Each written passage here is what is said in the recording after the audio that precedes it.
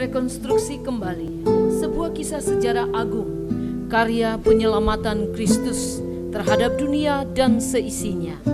Tentu kita akan terkenang kembali sosok lelaki tampan dari desa kecil Nazaret, anak seorang tukang kayu miskin Yusuf dan seorang ibu sejati Maria. Kita terkenang kembali pada 2000 tahun yang lampau ketika Yesus terlahir di kandang yang hina pada hening sepinya malam di akhir tahun bulan Desember.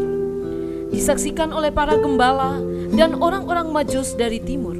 Sejak kelahirannya, ia sudah terancam pembunuhan oleh Herodes Agung yang merasa terancam tahtanya sebagai raja yang berkuasa di atas tanah Yudea.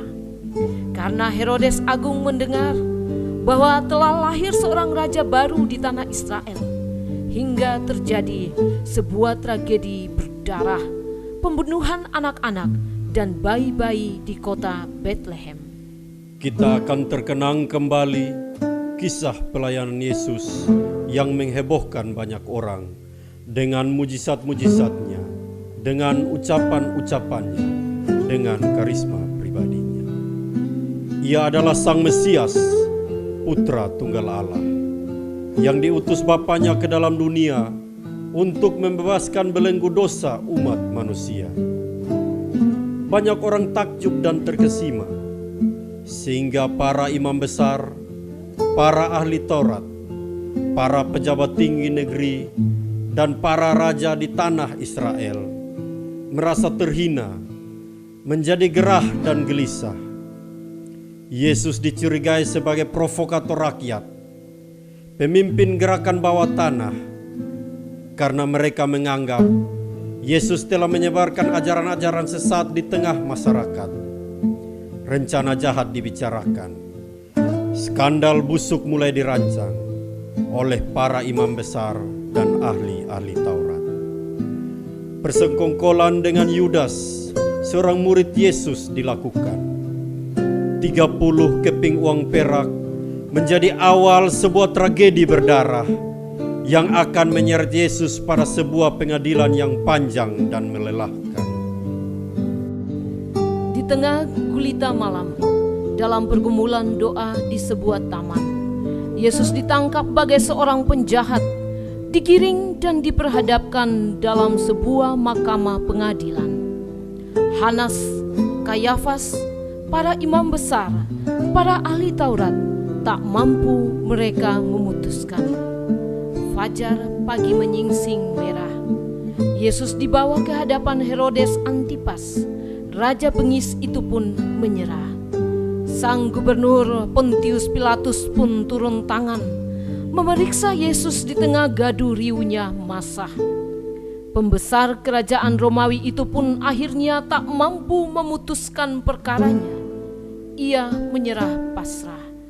Tuntutan rakyatnya menghendaki bahwa Yesus harus dihukum mati.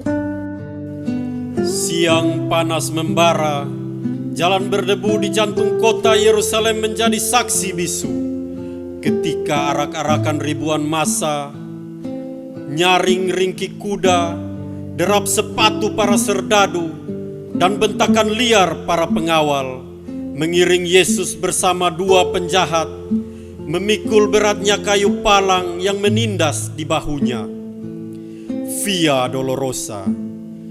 Jalan berdarah menjadi saksi sejarah atas kebengisan, kebiadaban, dan kekejaman manusia. Lihatlah, Sang Anak Domba Paskah sedang mengukir sejarah. Luka, sakit, pedih, perih, derita, sengsara sedang dilakonkan Sang Anak Allah, melukis dengan ceceran darah merah yang mengalir dari 121 luka di sekucur tubuhnya di sepanjang jalan kota Yerusalem menuju ke puncak Bukit Tengkorak. Hari Jumat Agung yang kelabu, jalan berliku ke puncak bukit. Batu-batu cadas tajam mengoyak, merobek telapak kaki dan lutut Yesus yang berdarah. Jatuh bangun tubuhnya lemah, bergerak merangkak memikul salibnya, setia sampai di arena padang pembantaian, Bukit Golgota.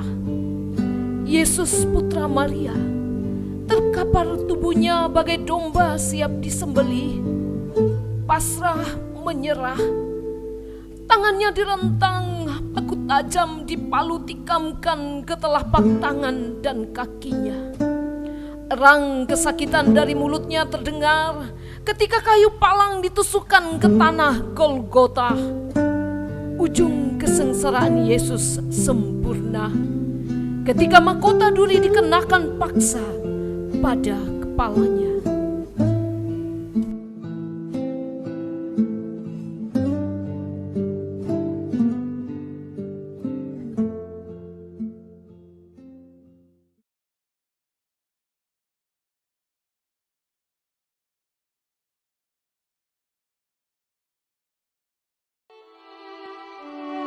Gelap merayap menggapai kelam, angin lembut menyapu tetes embun pada dedaunan taman.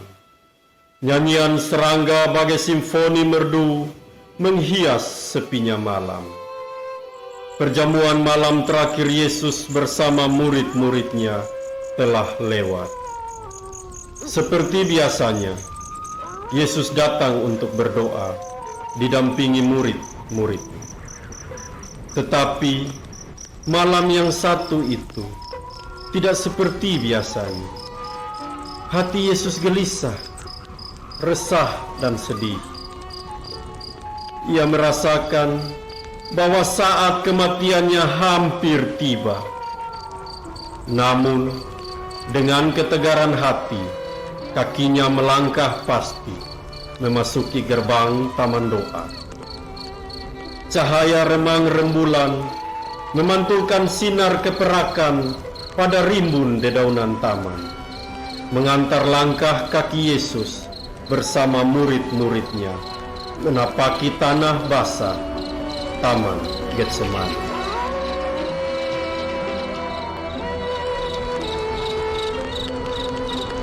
Duduklah kalian di sini, sementara aku ke sana untuk berdoa. Hatiku sangat sedih, seperti ingin mati rasanya. Tunggulah kalian di sini dan berjaga-jagalah bersama. Ya Bapa, aku enggan memikul dosa manusia, karena penanggungan ini terlalu berat bagiku. Rasanya aku tak sanggup menerimanya.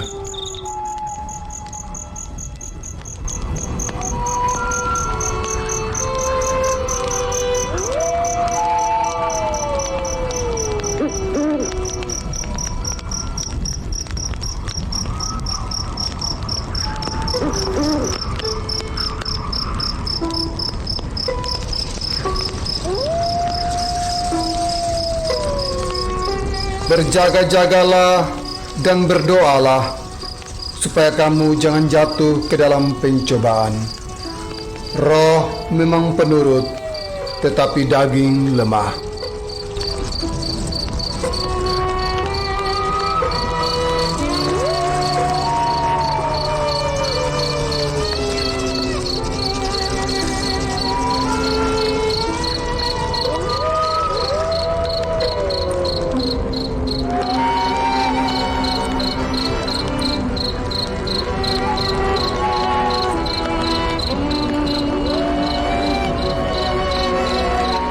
Ya Bapakku, bila mungkin jauhkanlah cawan yang pahit ini daripadaku.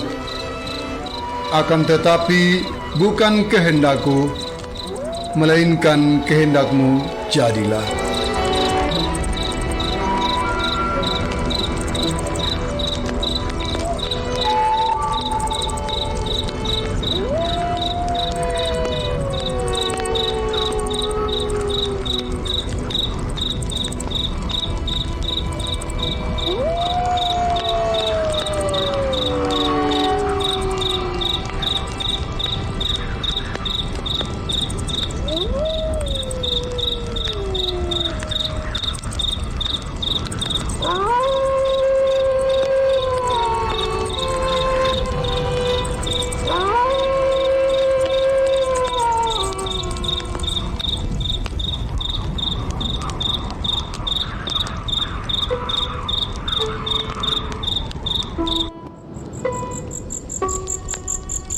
Ya Bapa, jika tak mungkin lagi cawan ini lalu daripadaku, melainkan aku harus minum juga, maka kehendak-Mu jadilah.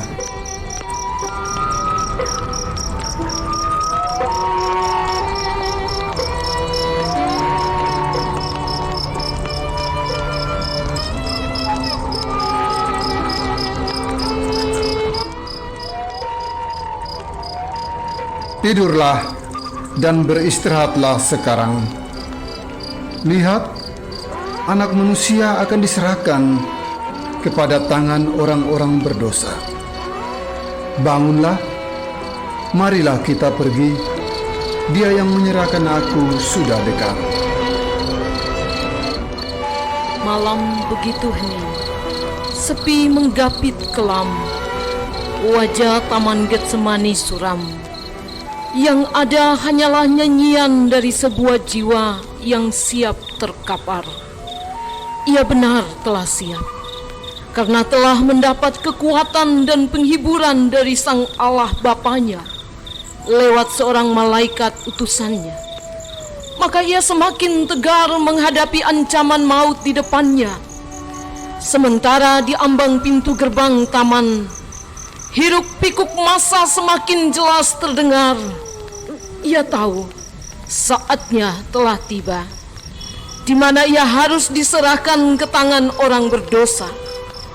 Ciuman dan pelukan Yudas sahabatnya menjadi tanda bagi para panglima dan prajurit untuk menangkap Yesus.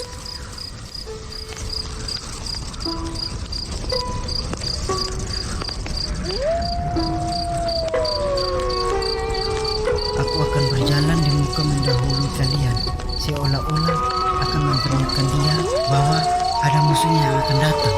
Aku akan memberi salam kepadanya dengan peluk dan ciuman. Orang yang kupeluk dan kucium, itulah orang yang harus kalian tangkap.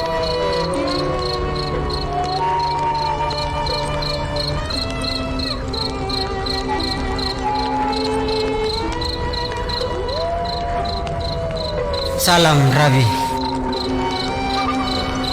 Hai teman, untuk itukah kamu datang?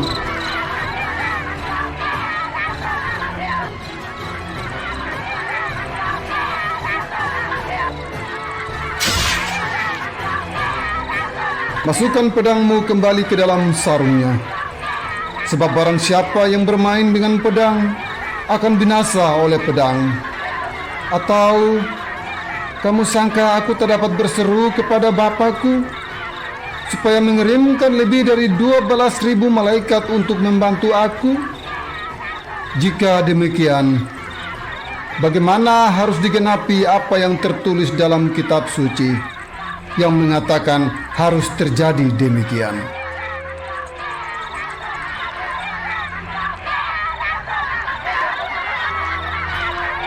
Sangkamu aku ini penyamun?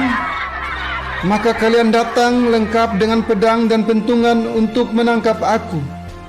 Padahal kalian tahu tiap-tiap hari aku mengajar di bait Allah dan kalian tidak menangkap aku.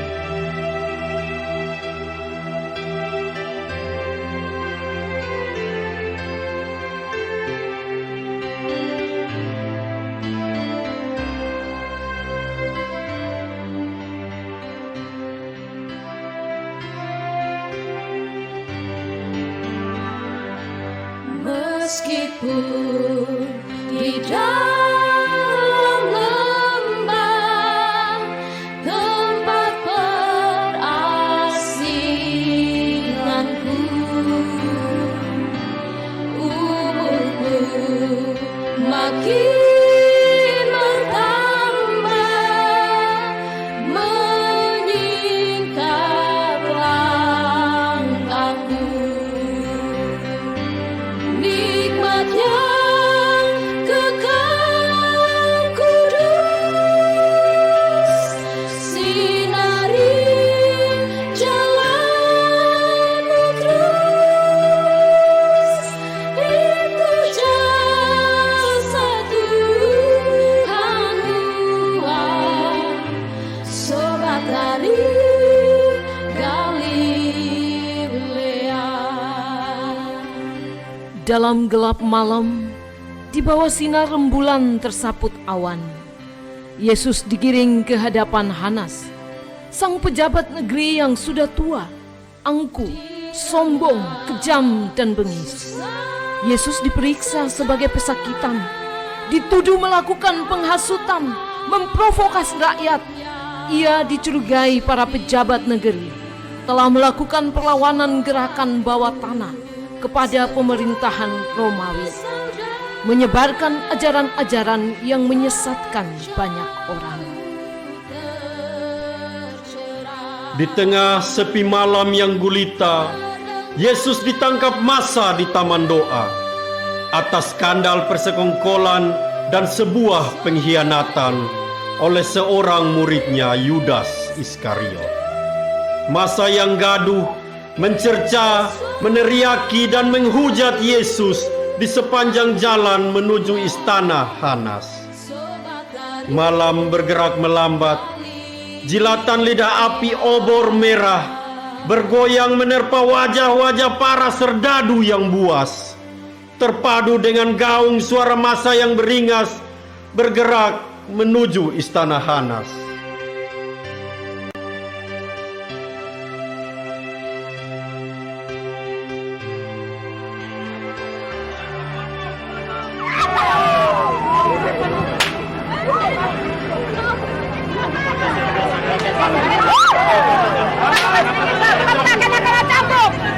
Kena cambuk, geser sedikit. Mundur.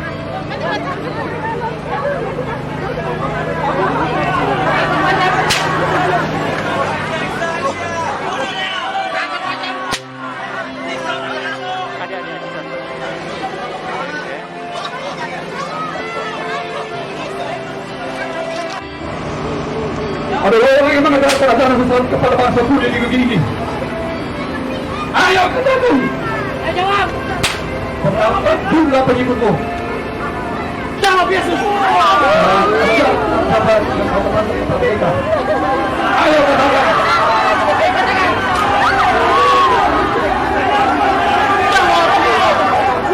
Berapa kepadaku?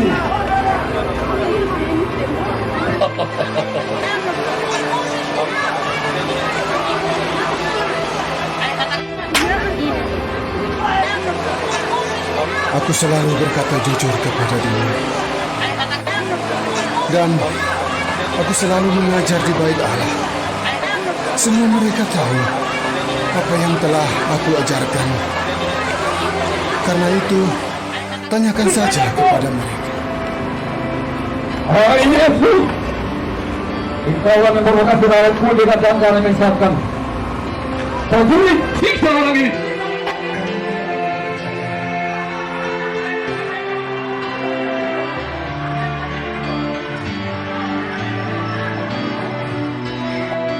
Pengirim Imam Besar Kayafat, ayo bawa dia, cepat bawa dia.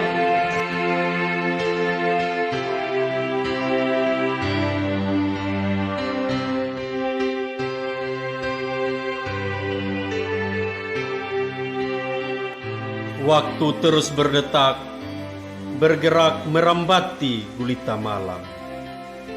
Diterangi merahnya cahaya obor yang bergoyang. Di bawah para serdadu berwajah garang.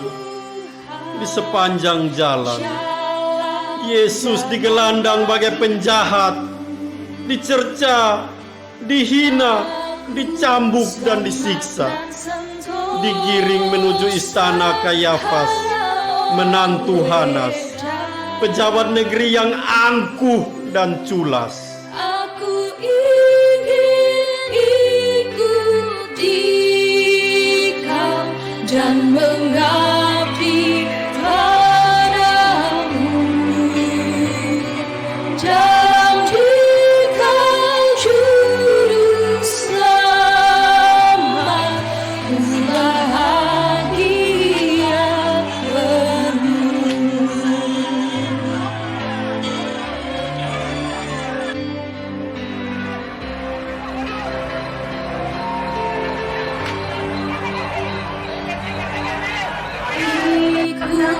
Di kau di sengsara, karena janjimu teguh. Atas dasar kegelapan, ku memang bersamamu. Waktu melepas, orang ini berkata, kau yang dapat menemukan bencana, tanda kamu yang kembali dalam tempo 3 hari.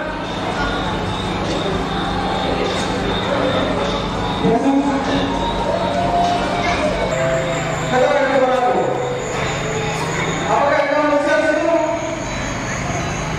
Jawab Yesus! Sekalipun aku berkata kepadamu, kamu tidak akan percaya. Dan sekalipun aku bertanya kepadamu, kamu tidak akan menjawab. Akan tetapi, aku berkata kepadamu, mulai sekarang kamu akan melihat Anak Manusia duduk di sebelah kanan Allah yang Maha Kuasa dan akan datang di atas awan-awan di langit.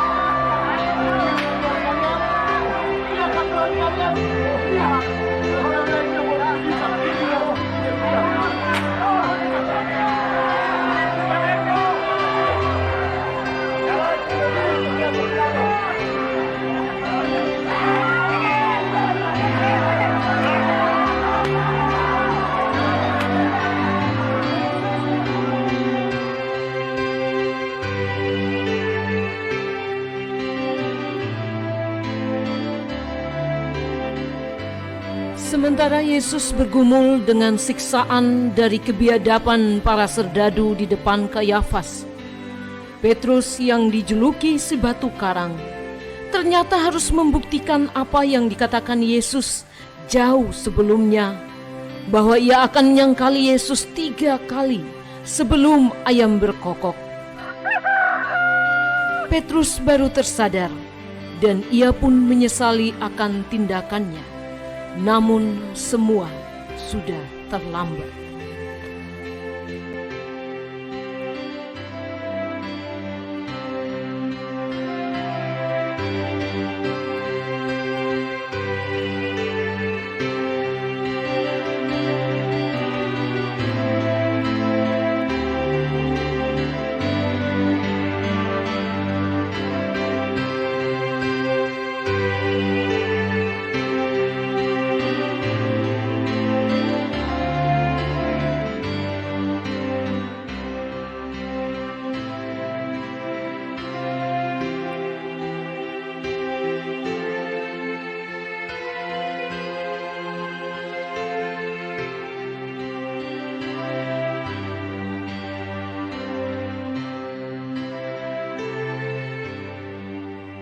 Indahnya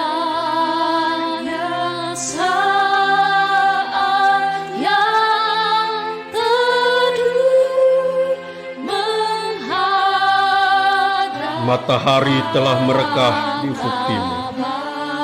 Cahaya merah terbias di balik bukit karang yang gersang. Langit di istana Pilatus begitu cerah. Angin pagi menerpa wajah-wajah massa yang semakin buas dan beringas. Benteng istana Pilatus nampak begitu kokoh dan angkuh. Dijaga ketat para serdadu berwajah beku. Rombongan massa datang mengiring Yesus di hadapan Pilatus, sang penguasa tertinggi Romawi, untuk diadili.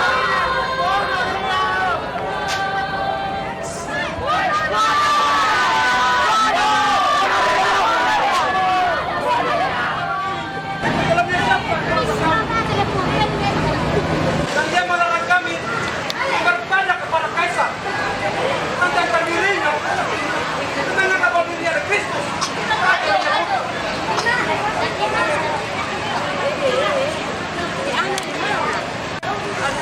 Engkau raja orang Yahudi. Engkau sendiri telah mengatakannya. Aku tidak mendapati kesalahan apapun terhadap orang ini. Kami akan mengasuh rakyat. Dia adalah Galilea. Dan Galilea telah sampai di sini.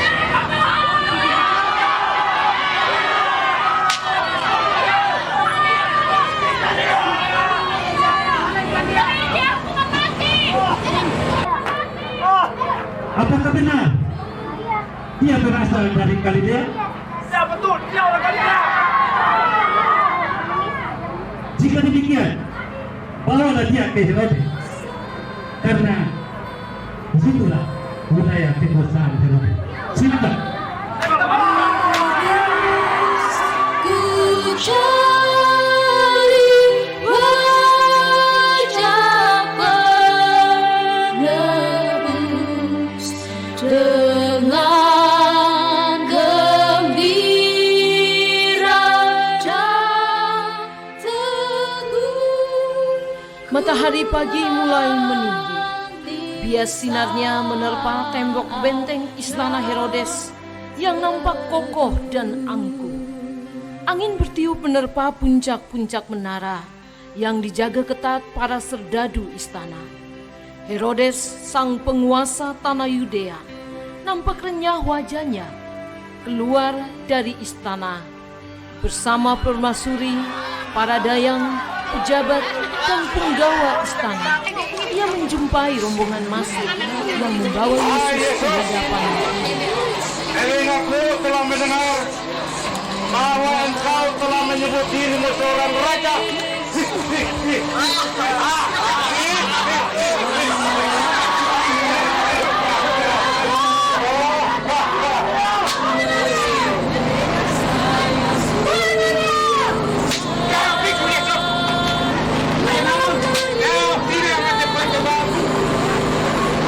Apakah engkau tuli?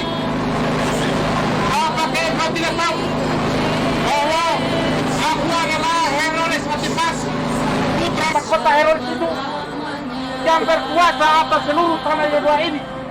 Dan aku adalah raja besar itu, bukan kau Yesus, anak seorang tukang kayu dari Nazaret, dan berani-berani menyebut dirinya seorang raja. Cuy! Ayo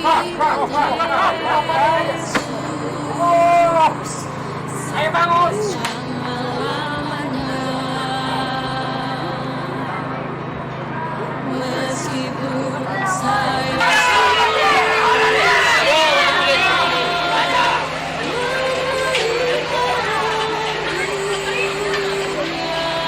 Kalau kau seorang raja, sudah sepantasnya kau menggunakan juga kebesaran ini.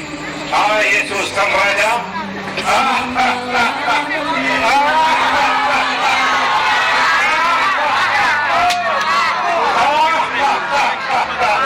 Pengawal! Siap! Dan kalian semuanya, Siap! aku sudah muak melihat rupa orang ini. Bawa dia kembali kepada Pilatus! Biar dia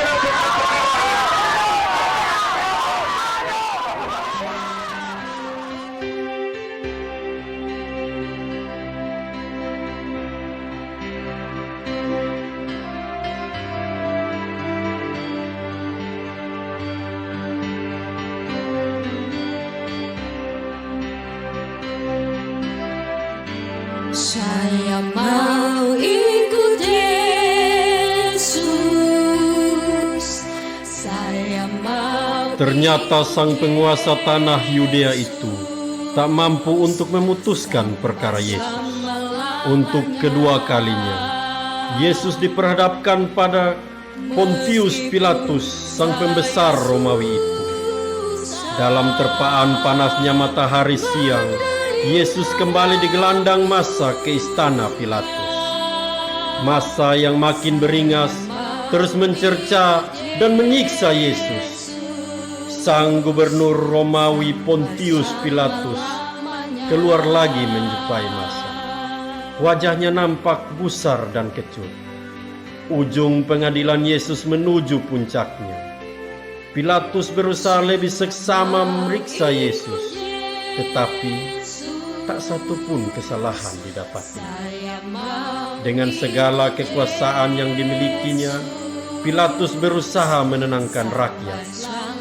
Massa semakin gaduh dan liar, tuntutan rakyat semakin kuat bahwa Yesus harus disalibkan.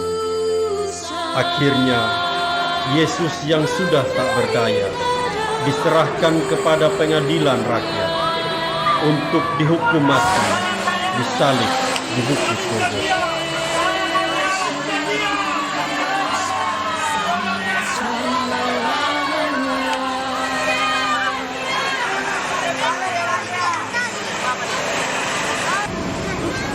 Lihat sendiri bahwa aku telah memeriksanya, dan dari kesalahan yang kalian tuduhkan kepadanya tidak mendapati kesalahan apapun terhadap dirinya. Herodes sendiri tidak menemukan kesalahan, sebab Herodes telah mengirimkan kembali kepada kami.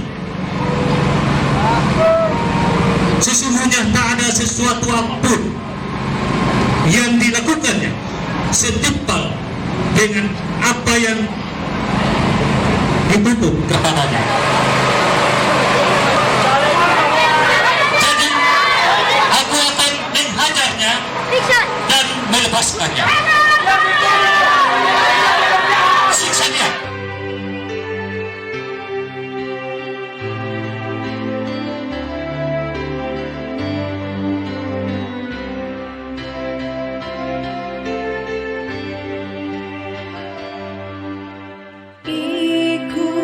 Dikau saja Tuhan, jalan damai bagiku. Aku selamat dan sentosa hanya oleh darah-Mu. Aku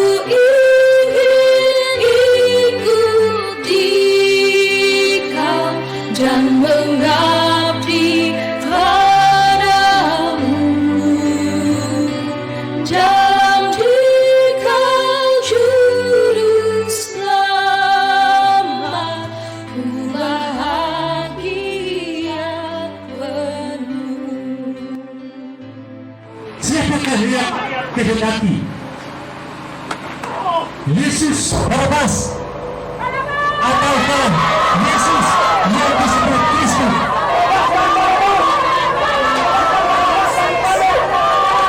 Silakan Barabas ke sini.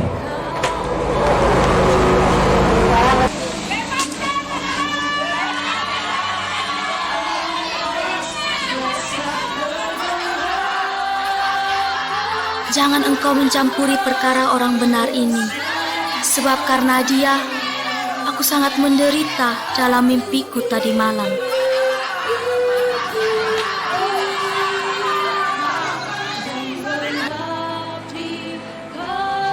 Aku tidak bersalah dengan perkara Dalam Dikau juru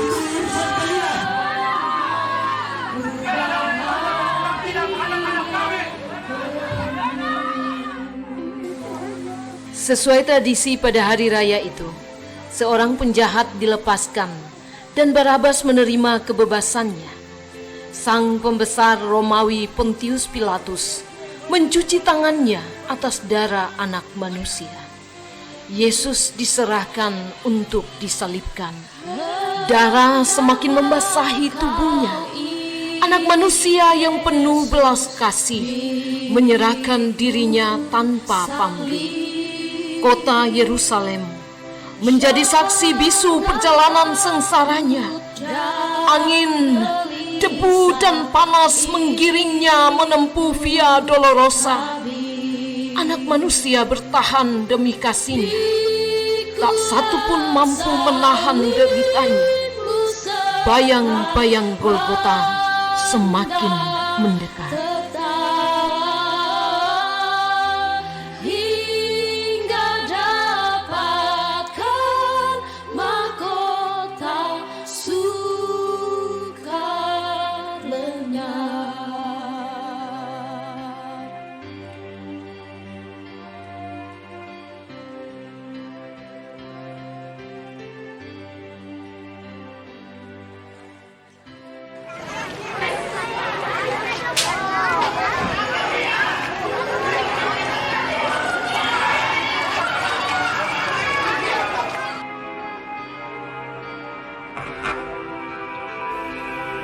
Panas sinar mentari siang semakin tajam menerpa tubuh. Debu-debu jalanan kota Yerusalem berterbangan ditiup angin siang yang panas.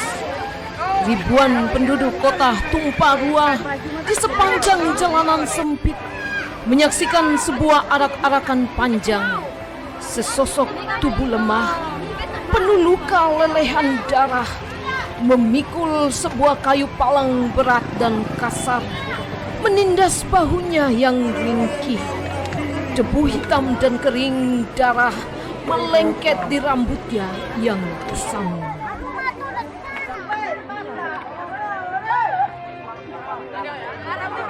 Tangis duka dan lara putri-putri Yerusalem samar terdengar di tengah teriakan liar ribuan massa dan bentakan keras para serdadu menghambat perjalanan Yesus yang sengsara menuju Golgota. Hati dan jiwa mereka pedih, perih tak terkira,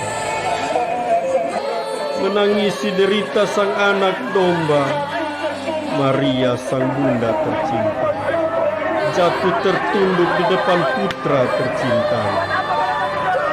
Kain kabung putih menyeka lelehan darah dari dahi putranya. Yesus sejenak berhenti, berpaling menatap perempuan-perempuan Yerusalem itu.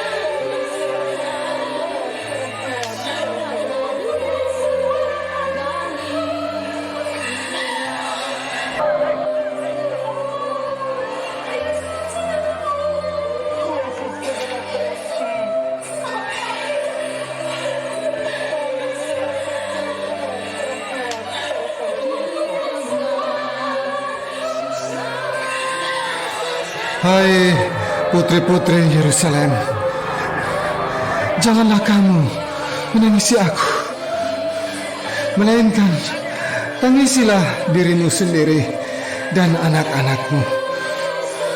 Sebab lihat, akan tiba masanya orang berkata, berbahagialah perempuan mandul yang rahimnya tidak pernah melahirkan,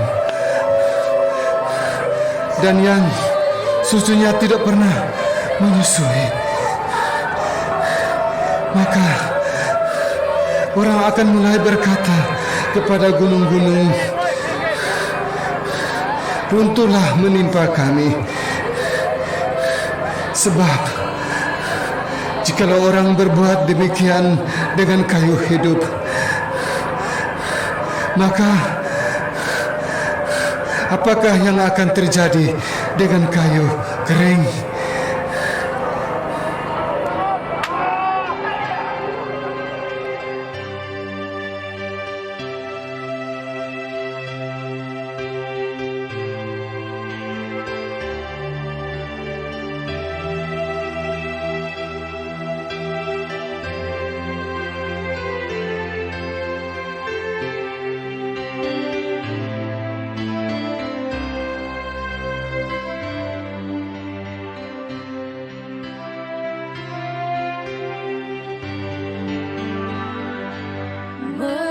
Meskipun di dalam lembah tempat perasinganku,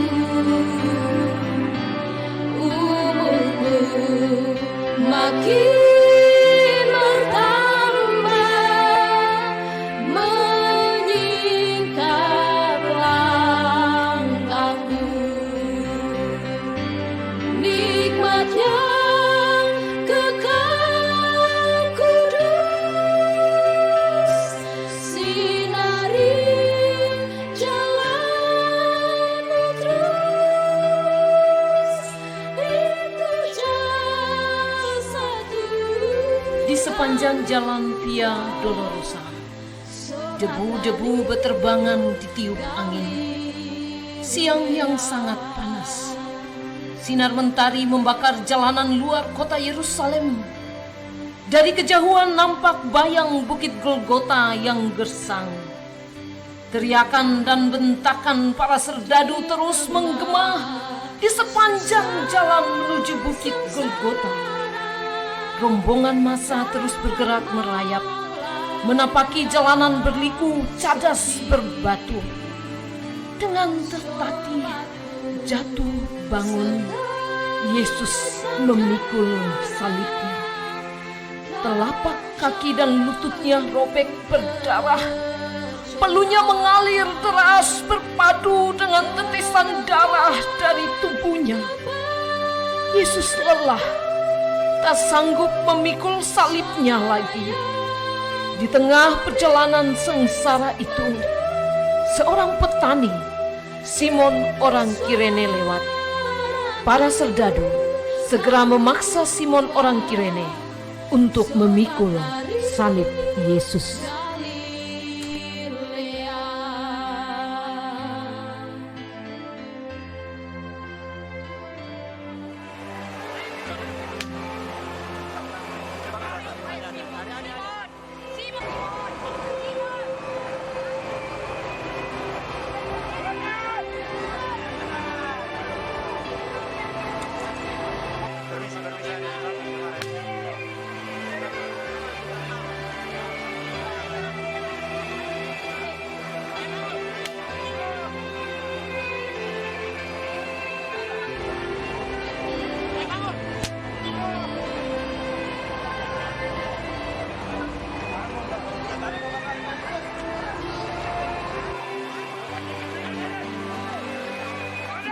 Meskipun di dalam lembah tempat perasinganku,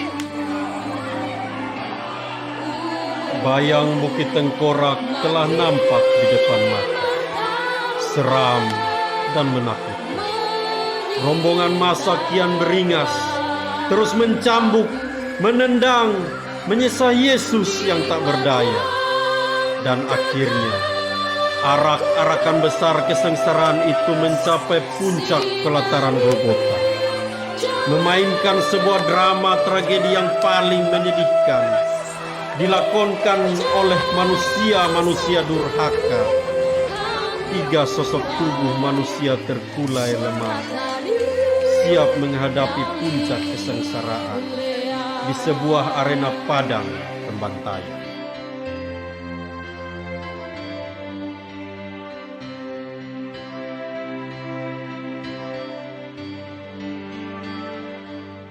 di tengah susah sengsara, dalam malam yang sepi.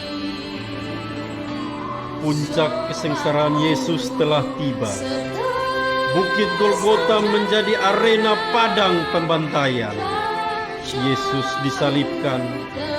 Hukuman salib melambangkan penghinaan. Dan di samping kiri kanan Yesus terdamping dua penjahat. Wajah Golgota begitu suram. Batu-batu cadas membisu, rumput layu, daun-daun pepohonan kering gugur dan meranggas. kicauan burung terhenti, alam turut bersedih. Semua makhluk merasakan peristiwa keji sedang terjadi. Mereka turut berkabung duka atas penderitaan anak manusia. Ia tersesah, tersiksa, teraniaya, tersalib di atas bukit Golgota.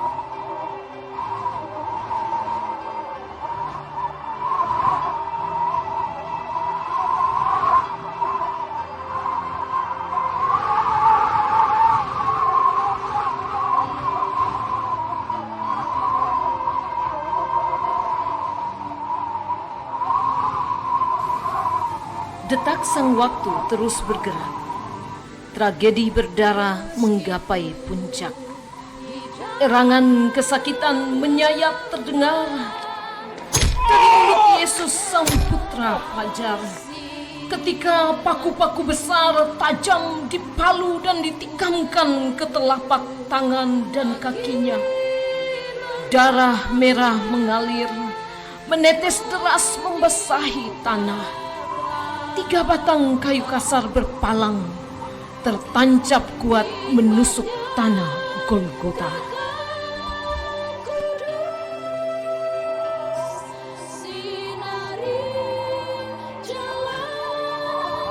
Lihatlah, sang anak domba terbantai, tersiksa di kayu palang. Luka, derita, sengsara terpadu bersama angin siang yang berdebu.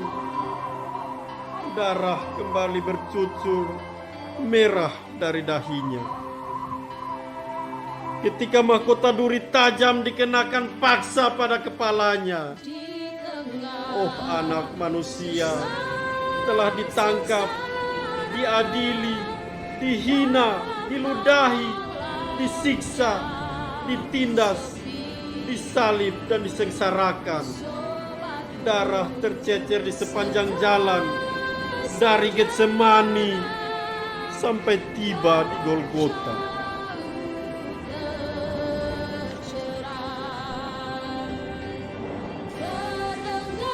Oh Yesus, Putra Maria, anak seorang tukang kayu miskin dari Nazaret, yang terlahir di kandang yang hina, yang mengalami keprihatinan, ancaman pembunuhan sejak tangisan pertamanya pecah menggema di malam sunyi di kota kecil Bethlehem. Hari ini Jumat Agung, di atas bukit Golgota tubuhmu penuh luka darah, terentang di kayu silang, di tengah panas membara mentari siang.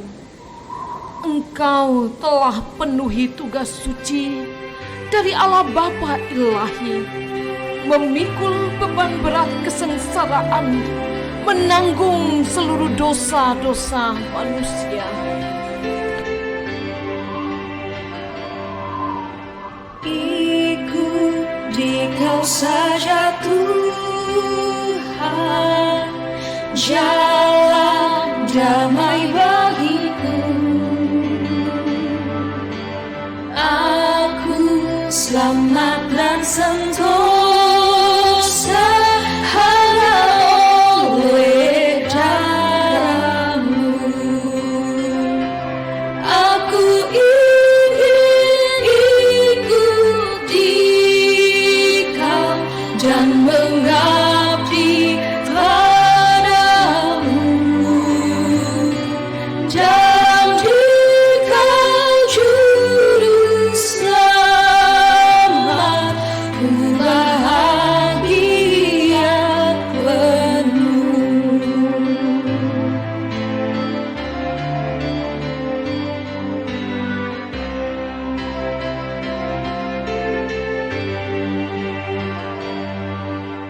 Ikut di Kau di sengsara,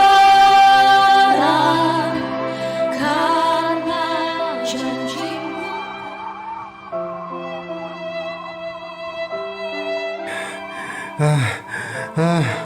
Ya Bapa, Ampunilah mereka, karena mereka tidak tahu apa yang mereka perbuat.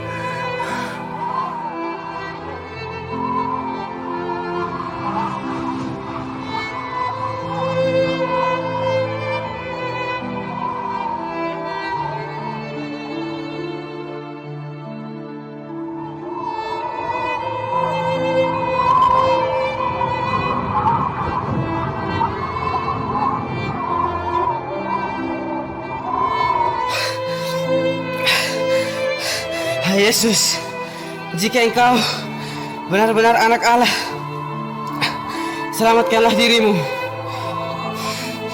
bersama-sama dengan kami.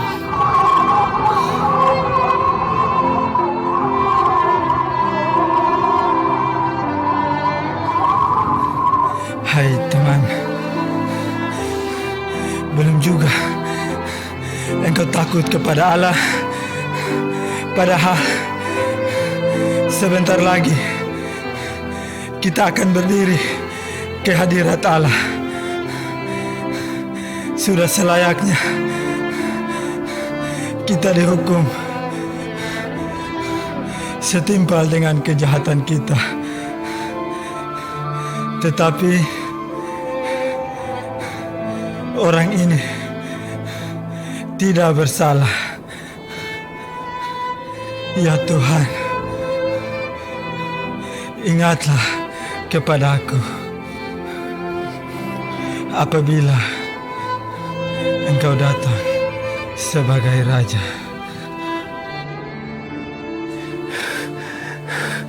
Aku berkata kepadamu, sesungguhnya hari ini juga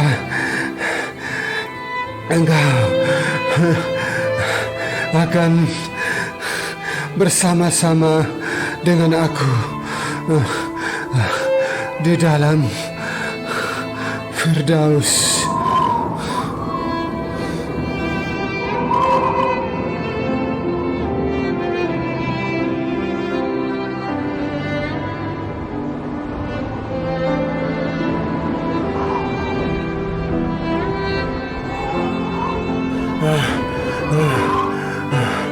Hai Ibu, lihatlah anakmu, dan engkau Yohanes, lihatlah ibumu.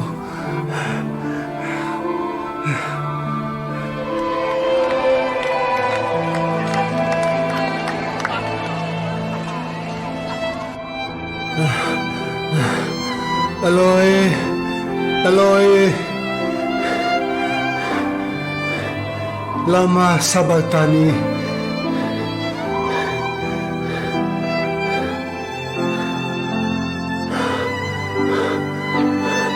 Aku berdahaga.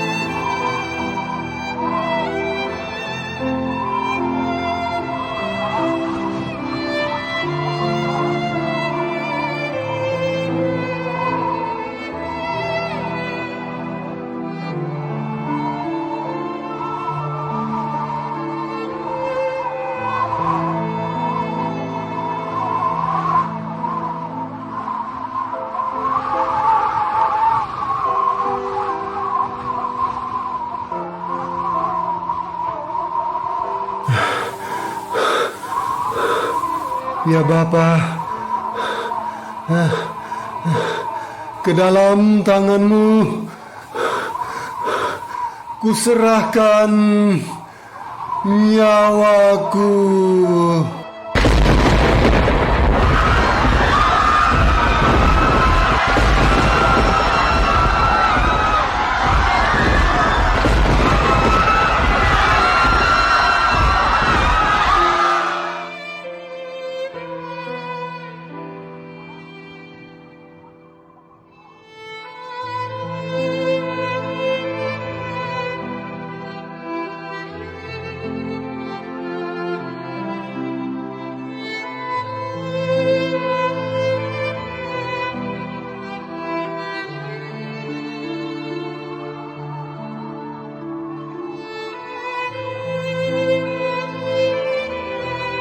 tengah kesenangan manusia atas dosa dan di antara air mata segelintir anak manusia yang putus asa, serta beratnya beban pengorbanan yang sempurna untuk sebuah penebusan, datanglah seorang yang bernama Yusuf. Ia anggota majelis besar dan seorang yang baik lagi benar. Ia berasal dari Arimatea, sebuah kota Yahudi, dan ia menanti-nantikan kerajaan Allah. Ia telah menghadap Pilatus untuk meminta mayat Yesus. Segera setelah mayat Yesus diturunkan, ia mengafaninya dan membawanya untuk dikuburkan di sebuah goa batu yang sebelumnya belum pernah dibaringkan mayat.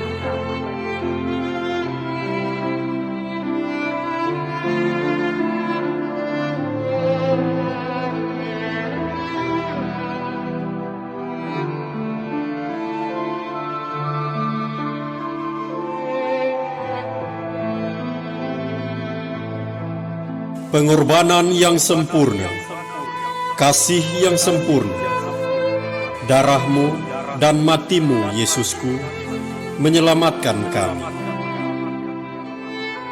Inginkah kau, aku, dan kamu mengikutnya? Ataukah hidupmu masih untuk dirimu sendiri? Mari berefleksi, mari tuturkan kembali cinta kasihnya yang sempurna.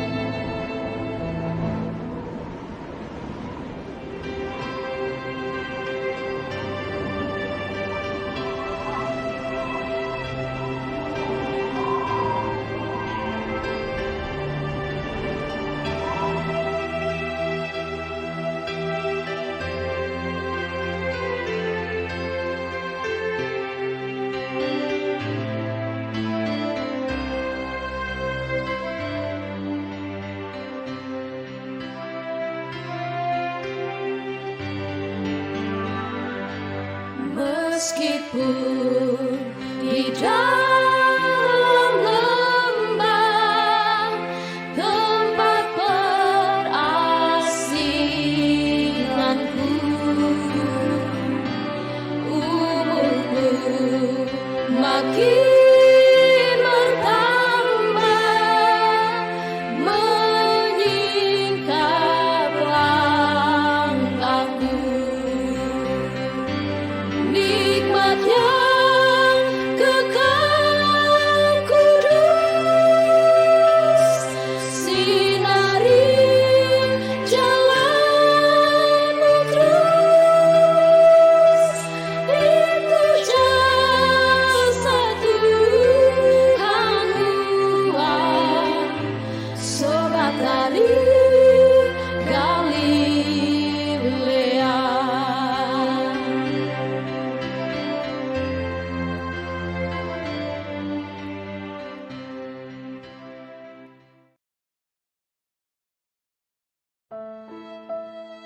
Ia datang dari celah-celah hijaunya sebuah bukit yang belum terjamah.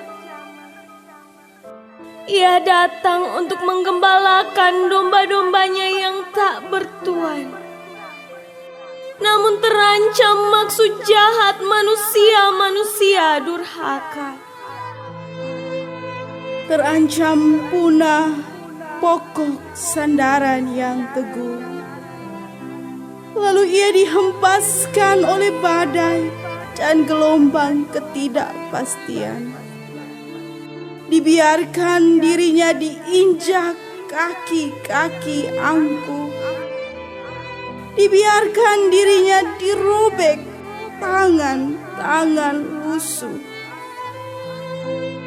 Biar hancurlah semua tirai yang membentang, dan terpancarlah seberkas cahaya terang, agar genaplah sabda Allah kebenaran. Perdengarkanlah rintihannya pada setiap telinga. Dari kedahsyatan gelapnya kematian yang terhimpit dosa dan kenikmatan. Perlihatkanlah darahnya pada setiap mata, di antara pekiknya gemuruh yang merobek malam. Biar tertikamlah sanubarinya, dan luluhlah setiap hati yang membeku. Kepergiannya diiringi oleh ratap tangis domba-dombanya yang cerai-berai. Berbaring tenang ia di sana, di gua persinggahan.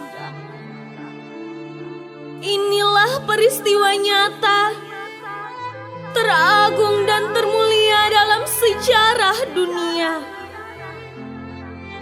Anak domba yang kudus dan tunggal tak bercacat celah telah berkorban segala-galanya demi kasihnya akan dunia. Inilah kasih agape, kasih yang sempurna dan abadi.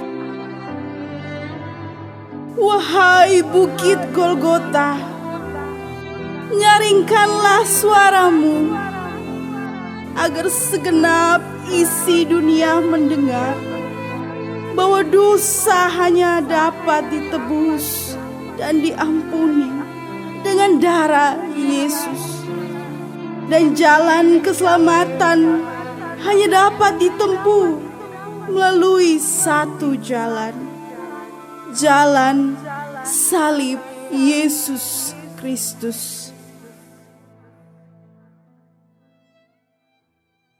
Terima kasih untuk pemuda-pemuda yang luar biasa.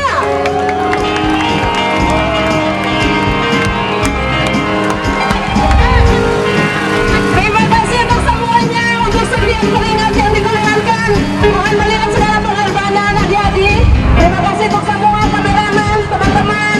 Terima kasih untuk teman-teman wartawan, untuk teman-teman keamanan. Terima kasih untuk seluruh jemaat Tuhan. Terima kasih. Bekerja di ladangnya Tuhan, Roh Kudus yang beri kekuatan, yang mengajar dan menopang. Tiada lelah bekerja bersamaku Tuhan, yang selalu mencukupkan atas segalanya. Katakan tanda bergelombang, timbunlah tanda yang berubah, menjadi siap dibangun di atas dasar iman. Katakan tanda bergelombang, timbunlah tanda yang berubah, menjadi siap dibangun di atas dasar iman.